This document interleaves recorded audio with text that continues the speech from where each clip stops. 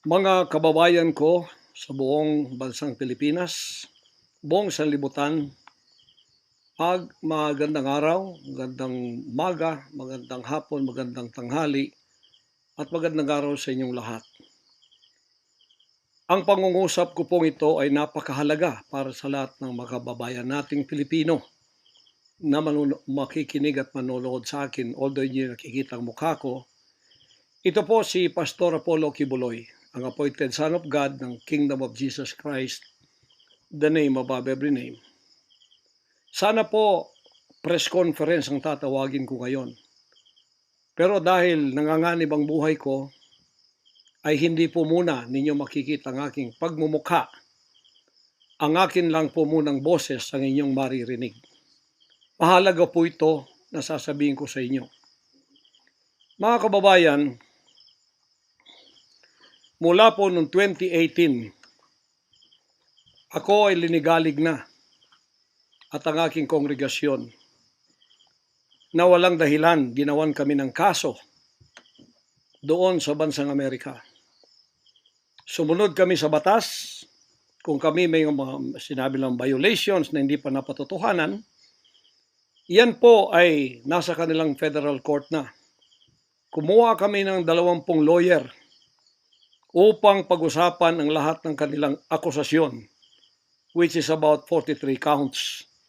Lahat po yan ay mayroong 20 lawyers na nakatutok at meron na po kaming depensa.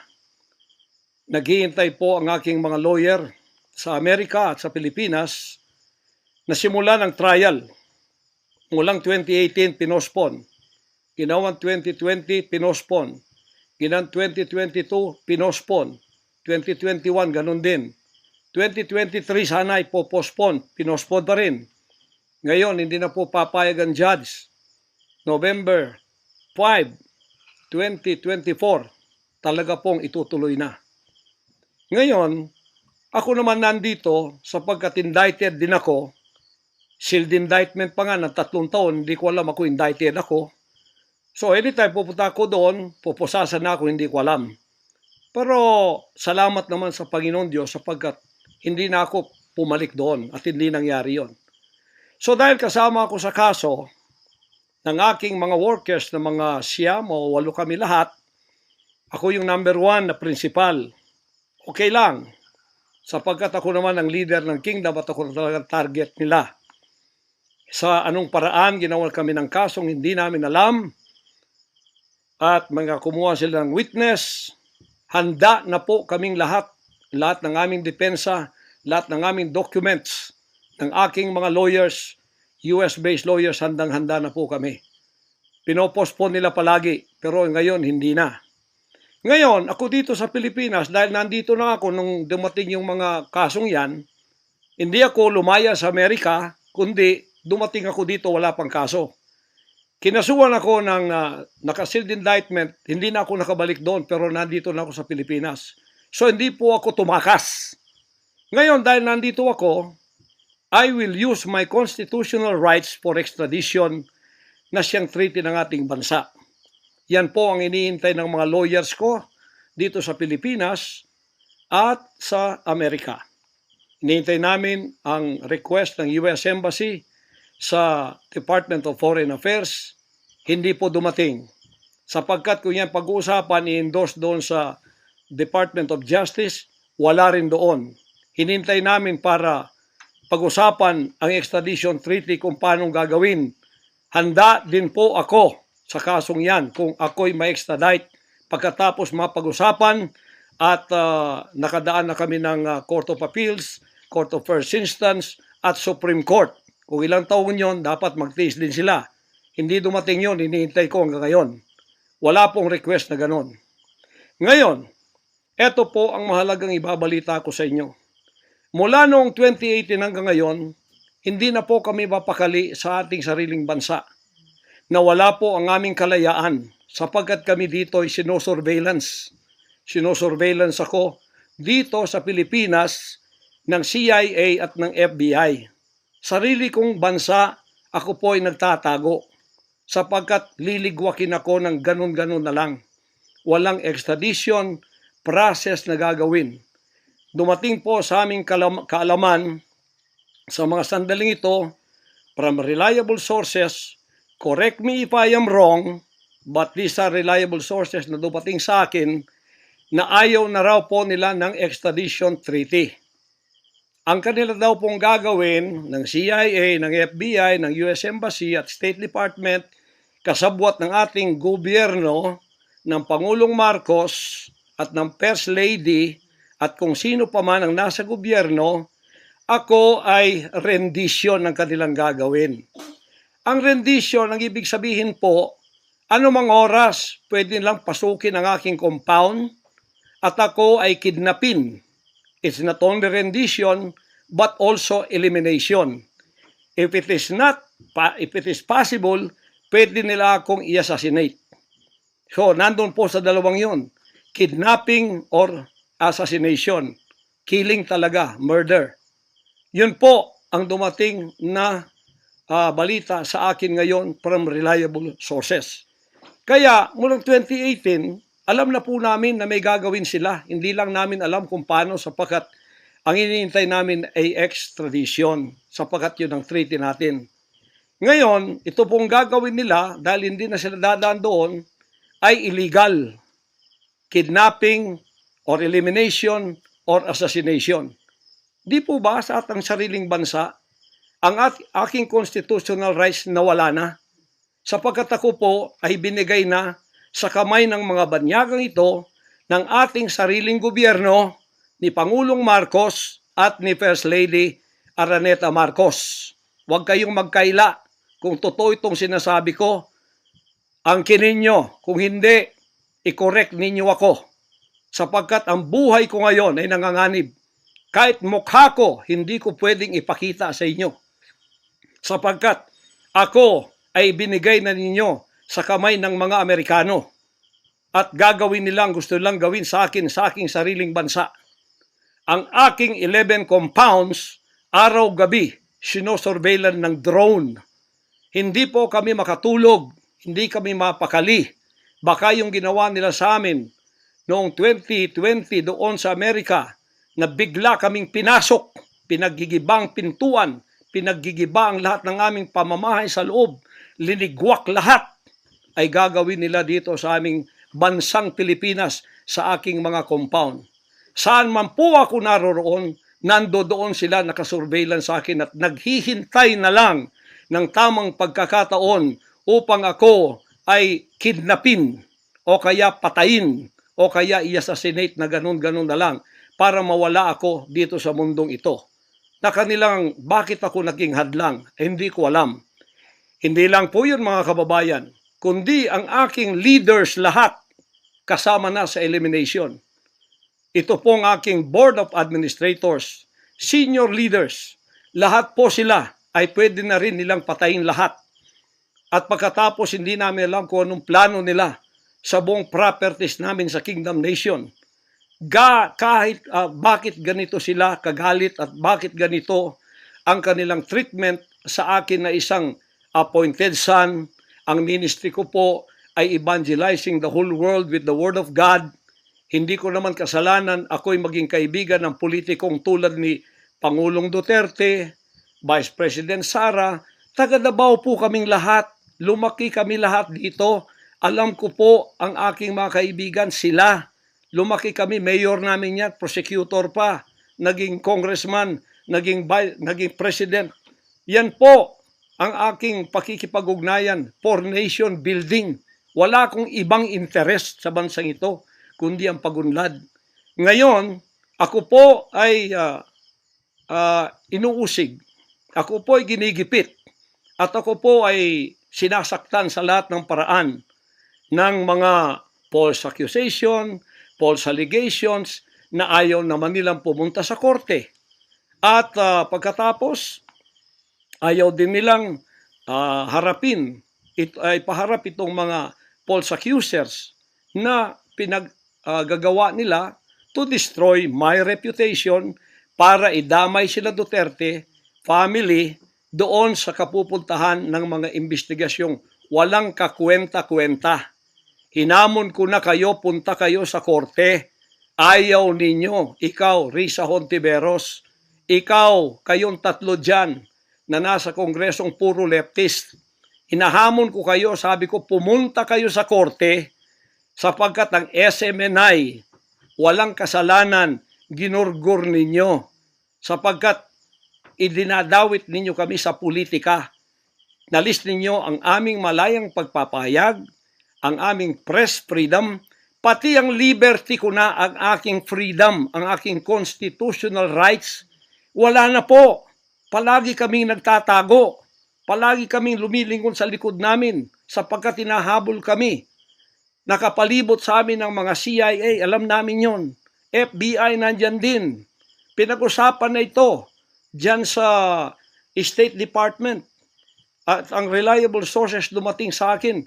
Ang ulo ko po ngayon, may patong na $2 million or 100 million pesos ang ipinatong sa ulo ko. Baka yan ay madagdagan pa kung may maunang makapatay sa akin. Ano ang nangyayari sa bansa natin? Ngayon, mga kababayan, ay meron pa pong gagawin daw sila sapagkat meron na daw silang search warrant. Pagkatapos daw, isi-search ang aming lahat ng compound. At hindi daw kami papayagan na merong witness na sasama. At ang balita namin, kung ito'y totoo, sa reliable source ay nagsasabi na paplantingan daw kami ng bomba, guns, and drugs sa aming mga compound. Yan po ay aming babantayan. Sinabi ko na po muna sa inyo dito sa live na to para kung mangyari man ang mangyayari sapagkat wala po kaming ganon ay sila po may kagagawan nun. Ganito ka-evil ang kanila pong mga pag-iisip sa ngayon, masyadong desperado. Aywan ko kung bakit. Kung kayo nasa katotohanan, nasa kapangyarihan, bakit kayo natatakot? At huwag ninyong pasamahin ang aming mga abogado para sumama sa inyo sa pagsisearch. Kaduda-duda na yon. Hindi po pwede yun. Ano tayo? Bansang Hapon ng panahon ng giyera? Ano to? Panahon ni Hitler? Na wala kaming pwedeng lawyer na sumama sa inyo? Kayo-kayo lang? Pagkatapos, pwede nyo kaming barilin pagka kami nakikipag-usap na kailangang may witness para kamerahan namin ang ginagawa ninyo na wala kayong lusot kung meron kayong gagawin na kabulastugan. At pagkatapos, ipapatong ninyo sa amin. Pagka ito'y totoo, we will resist you. Hindi kami violent, pero hindi kami papayag na wala kaming mga witness na sasama sa inyo.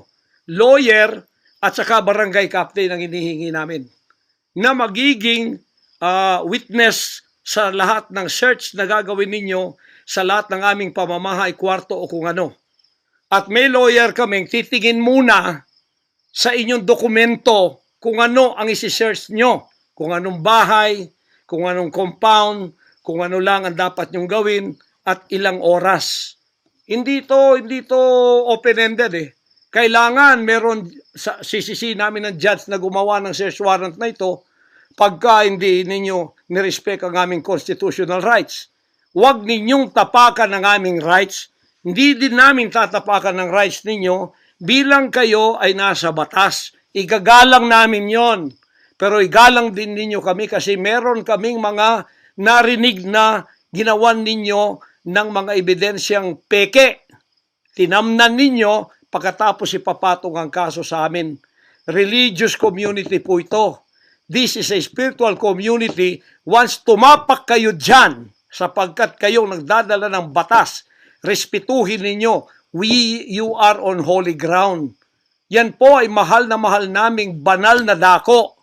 Huwag ninyong lapastanganin. Pero hindi namin kayo pipigilan kapag may search warrant kayo.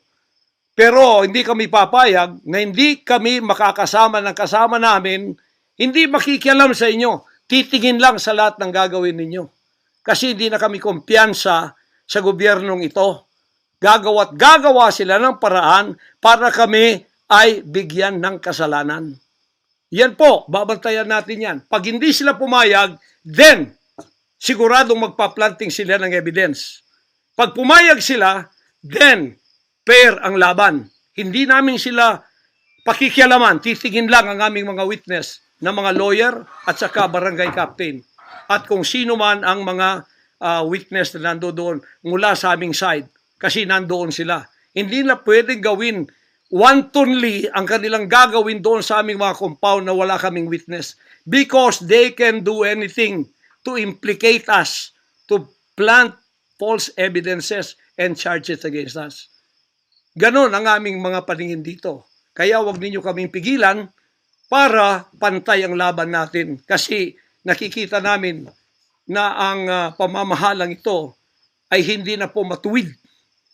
Biro ninyo, ginikipit kaming ganito, wala namang kaming ginagawa sa bansang ito.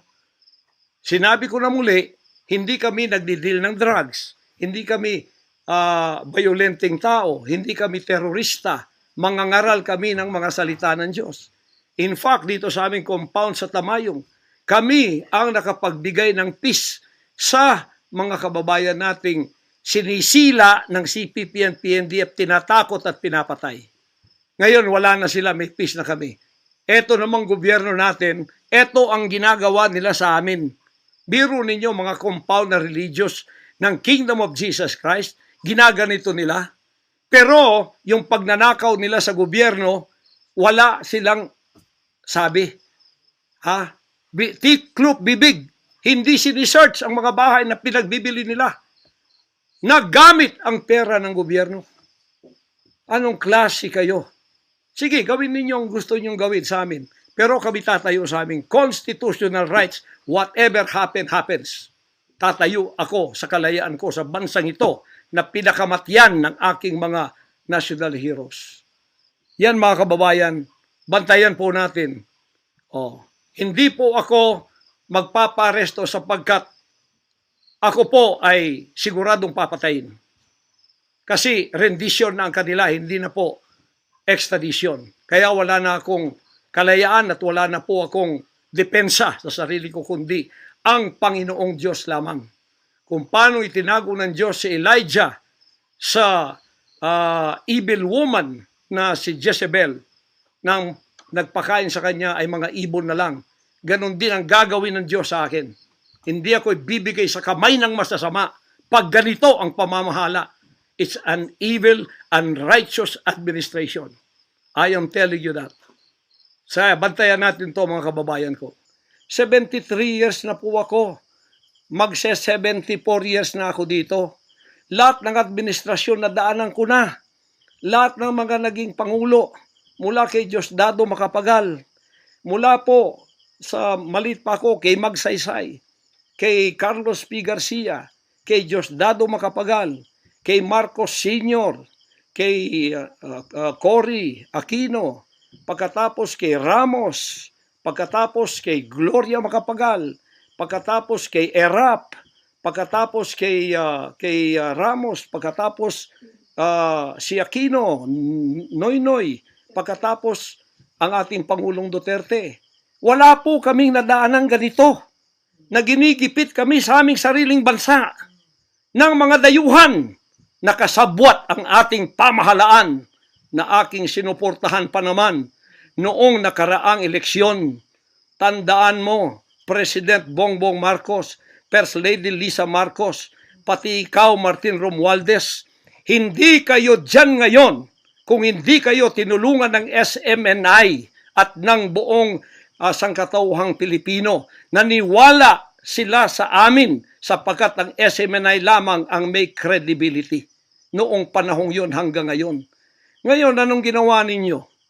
Pinaggagawan ninyo kami ng kasalanan, inilagay ninyo kami sa kahihiyan, pagkatapos ibinilanggo pa ninyo ang dalawa naming mamamahayag, pagkatapos inaapi ninyo kami ng ganito-ganito lang. Ang aming pong tolerance, it has come to the rim. Our tolerance has been to the roofs already. Alam ninyo, hindi na po biro itong nangyayari sa bansang ito.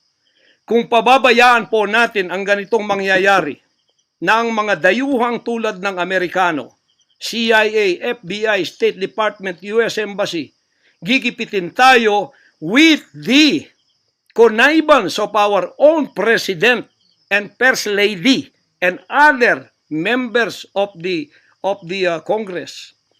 Kung pababayaan natin ito, nangyayari sa isang Pilipinong tulad ko na gumagawa ng kabutihan, trying our very best para makatulong kami, humanitarian, Children's Joy Foundation, dinemonize kami, kinriminalize kami.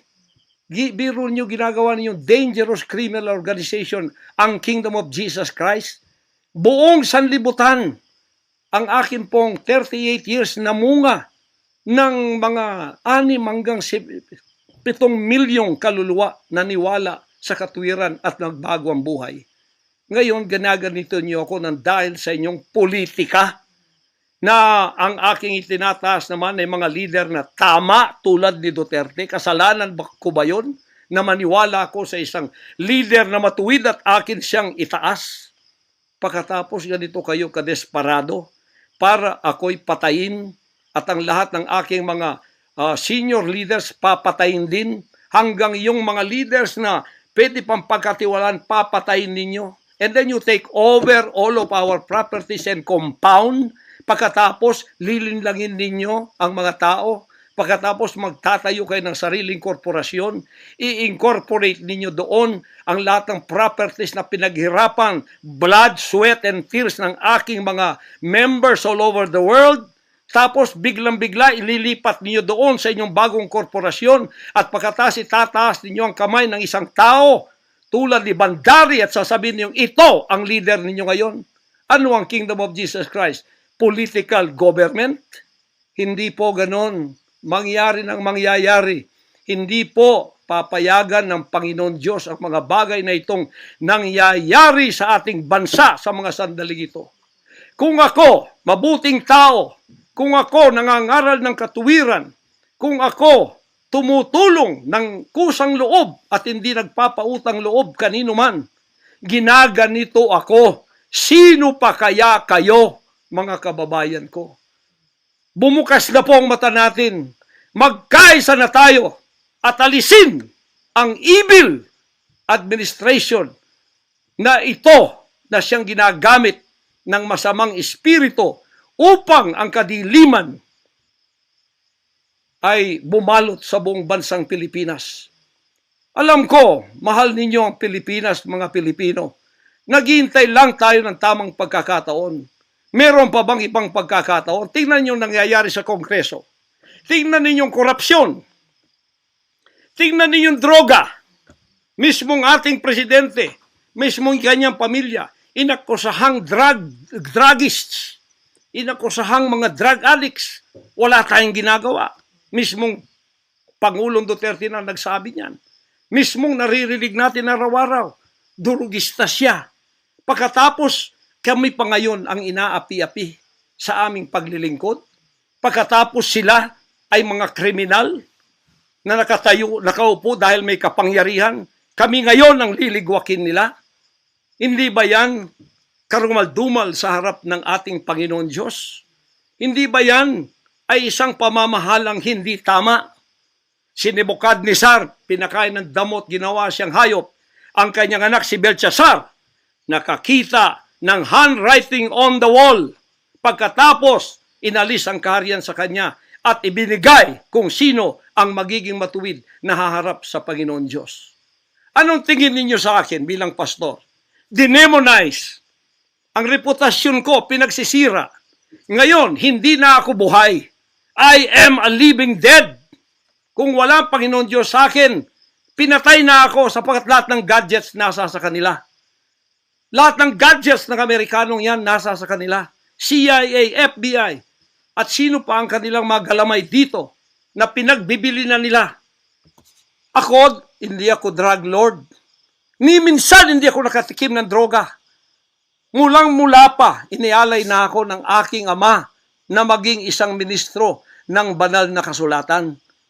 Hanggang ako'y lumaki, hanggang ako'y naging 74 years old, hindi ko po na-enjoy ang aking kabataan sapagkat hindi ako nagliwaliw. Ako po'y nangaral. 50 years na akong nangangaral. 38 years in the kingdom ministry. Ni isang sigarilyo hindi tumama sa bibig ko. Ni maliit na bisyo hindi ko pinasok. Ako po ay hindi nag-asawa. Ngayon, inaakusahan ako ng napakaraming babae. Ito po ang kasalanan ko. Pinayaman ako ng Panginoon Diyos, akala nila sa akin. Single ako, kaya pinag-aagawan ako. Pagkatapos na ako ay maghihindi, mapapahiya, ibabaligtad nila sa akin. Yan ang tinatawag kong Potiphar's wife syndrome. Hindi po ako nagsasalita ng ganito kasi mapahiya ang mga babaeng yan. Nag-aagawan sila. Mahirap man sabihin. Pinag-aagawan nila ako. Dahil nananawagan sa mga magulang, mayaman na tayo pag nangyari ito. Sabi ko, hindi mangyayari yan kasi dedicated ako eh. Napahiya, ngayon binayaran at ngayon binabaligtad ang lahat ng istorya. Mahirap pong sabihin ko ito kasi masisira ka lang pagkababae.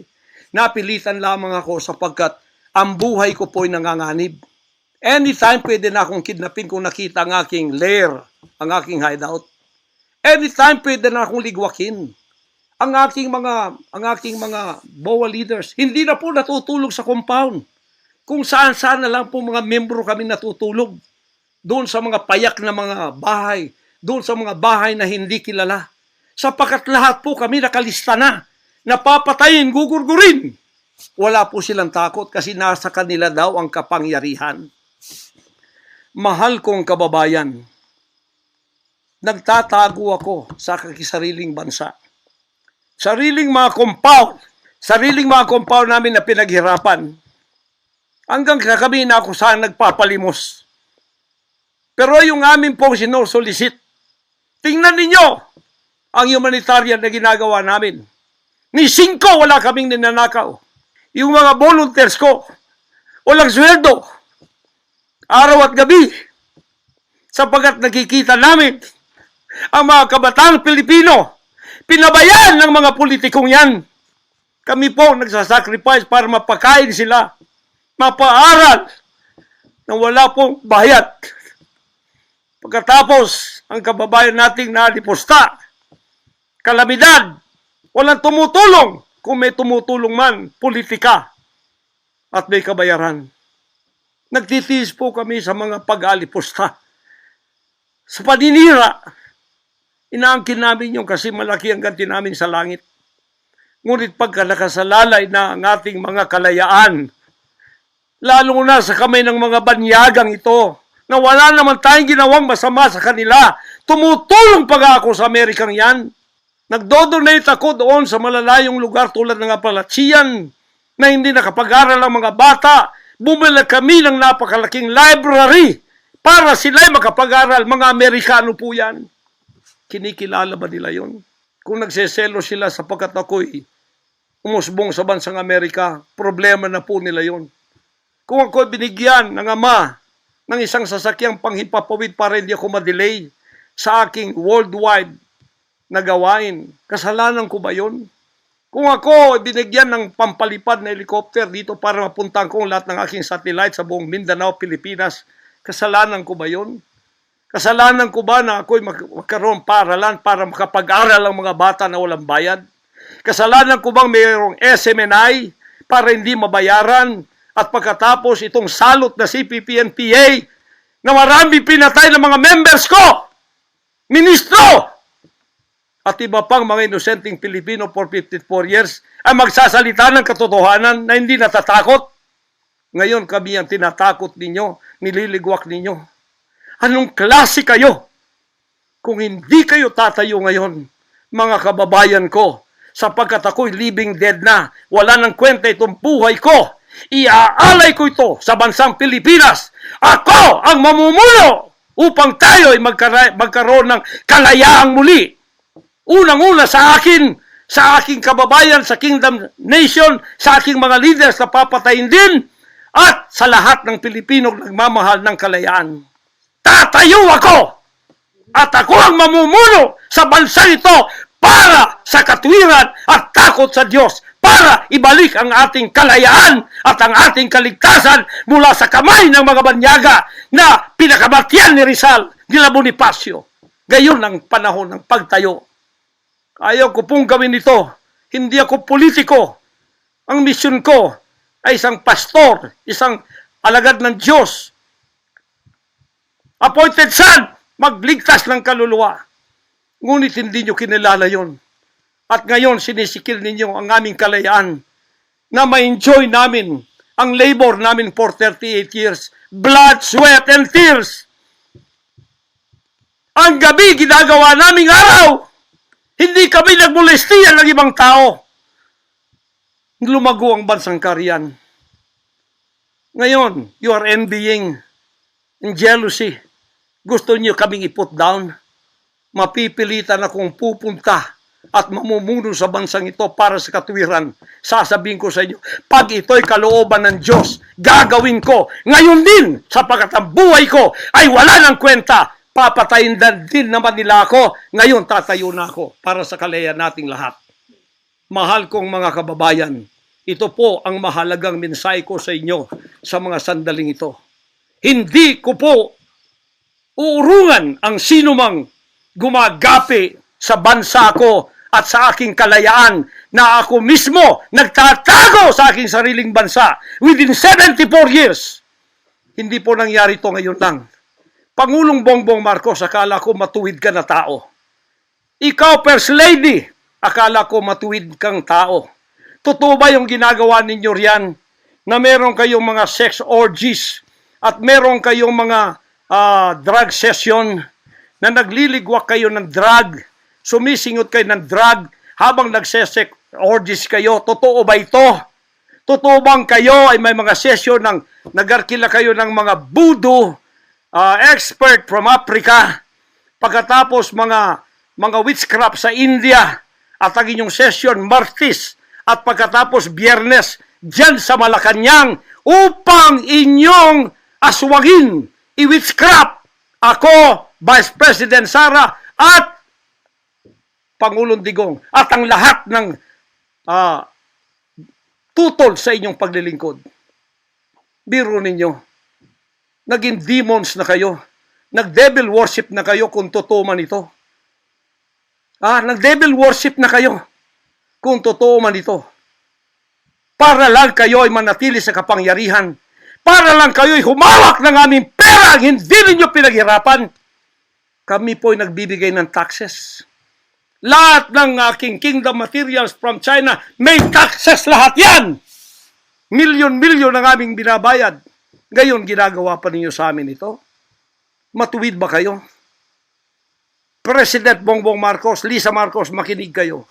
Totoo ba na gumawa kayo ng aksyon kasama ng FBI na ako ay nyo nang ipaligwak at binigay sa kanilang kamay? Kaya't sila'y gumagawa ng ganito with impunity sa aking sariling bansa. Kung ganyan ang ginawa ninyo, I will not honor you. I will not respect you because you did not honor me and you did not respect me. You are no longer worthy to be our trusted leader. Mabuti pa, hanggang maaga pa, Bongbong Marcos, Lisa Marcos, Martin Romualdez, bumaba na kayo sa posisyon. Mag-resign na kayo sapagkat hindi hihinto ang tinig na ito habang naririyan pa kayo. Mga kababayan, tatayo ako sapagkat patay naman lang din ako. Tatayo ako hanggang buhay pa, hanggang may hininga pa ako para sa natitirang buhay ko ay magkaroon naman tayo ng boses at magkaroon ng kahit munting kalayaan na lang mula sa mga banyaga na kasabwat ang mga makapiling Pilipinong ito na itinayo natin sa kapangyarihan. Akala natin ay maasahan natin sila. Mga demonyo pala. Sorry to say that, but that is the truth. If that is not the truth, then tell me. And you cannot judge me. You cannot condemn me. I am dead already. I am a living dead in your book. CIA, FBI, State Department, USA. Gawin ninyong gusto ninyo. Ngayon na nakapagsalita na ako, lalantad na ako. Hindi na ako natatakot. Ako ay handa sa glorification. Kung ang glorification ko ay mangyayari maging glorified body ako, hindi ko tatablan ng bala. O kaya, tatablan pa ako sapagkat hindi pa nangyari yon. Handa na akong humarap sa mga bala ninyo. Basta't ito ay nasabi ko na sa social media. Huwag ninyong ligwakin ito para sa bansang Pilipinas ito. Mahal ko po kayong lahat. Pagpalain natin ang ating bansang Pilipinas. Pagpalain tayo ng ating buting Diyos. Pagpalain at ipigay natin ang lahat ng kapangyarihan sa Kanya. At tandaan ninyo ito, hindi mananaig ang kadiliman sa bansang ito habang may boses na ganito. Sumunod po kayong lahat at tayo ay magkaisa ngayon para itaas ang bandila ng kalayaan ng ating bansang ibinigay ni Rizal ang kanyang dugo. Ibinigay ng ating mga heroes ang kanyang dugo. Ngayon, itong mga slaves na to ay hawak ang liig nila ng mga banyaga at tayo ay ipinagbili na sa kanila. Hindi ako papayag hanggang ako'y may buhay at hilinga. Total, patay naman din ako sa inyong libro. Okay na ako sa buhay ko. Masaya na ako. Meron na akong accomplishment. Handang-handa naman ako pumunta ng langit noon pa. 50 years ago, I was ready to go to heaven because I have been there thousands of times and I saw my mansion there. Nandito lang ako para sa aking bansang Pilipinas, para sa kaligtasan ng mga kaluluwa sa buong sanlibutan. Yun lang ang dahilan kung bakit ako naririto. Pero natatakot mamatay? Hindi po. Sapagkat ako'y nasa Kanya at siya'y nasa akin. Ano man ang mangyayari sa akin tulad ng aking amang si Jesus Christ, ipinako sa krus, ay handa po akong mag-alay ng aking buhay sa isang worthy cause na sinasabi ko dito. Magandang gabi po, magandang araw sa inyong lahat. Hanggang dito lang, pagpalain tayo ng ating dakilang Ama. Sa Kanya lahat ang kapurihan at ang kapasalamatan at ang kaharian magpakailanman ay mananaig dito sa ating bansa at sa buong sanlibutan. To God, our Jesus Christ, be the glory forever. Amen.